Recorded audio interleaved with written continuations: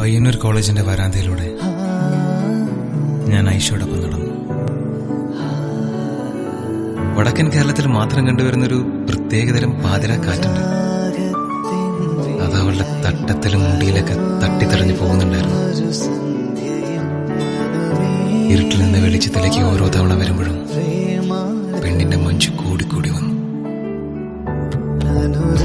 അന്ന് ആ വരാന്തയിൽ വെച്ച് ഞാൻ മനസ്സിലുറപ്പിച്ചു, മറ്റൊരുത്തിന് ഇവള് വിട്ടുകൊടുക്കൂല. ഈ ഉമ്മച്ചിക്കുട്ടി ഇവളെന്റെയാണ്.